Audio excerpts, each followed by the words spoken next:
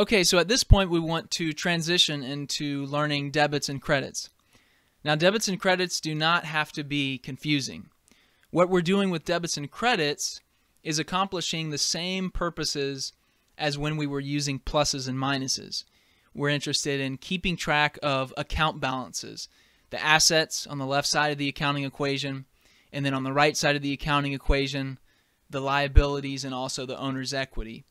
And ultimately, we're doing all this so that we can prepare those financial statements. Before we actually move into looking at the debits and the credits, we should take just a second to recognize what we were doing earlier when we were using pluses and minuses. For each of our transactions, we were recording a plus or a minus number in the amount column. We're not concerned with the balance column at this point, so we can black it out. But we recorded a plus or a minus for the asset account cash, and then on the right side, when we asked who has claim to those assets, we had either a plus or a minus, and the accounting equation was always in balance because the left side equaled the right side. Well, we can jump right in with our first debits and credits learning milestone. And this you could think of as rule number 1. So when it comes to debits and credits, debit means left side and credit means right side. When we visualize debits and credits for a particular account, we use something called a T account or a T chart that you see here. We put the account title on the top, so it could be cash or the credit card account or whatever. And then all debit amounts are going to go on the left, always the left, and then all credit amounts are always going to go on the right. Don't think of debits as good or bad, and don't think of credits as good or bad.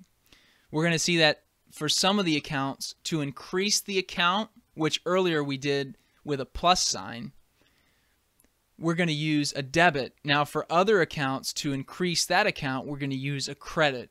And you're going to see why in just a moment, and we're going to get some practice.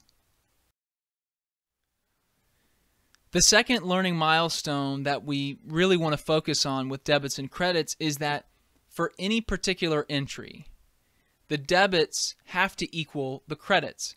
So as we saw earlier with accounting with pluses and minuses, we would make an entry to the asset account cash, and then we would also make another entry on the right side of the accounting equation. So if, for example, on September 1st, we had a $1,000 debit to cash, and the other account involved was revenue, revenue would be credited because the debits have to equal the credits for every transaction.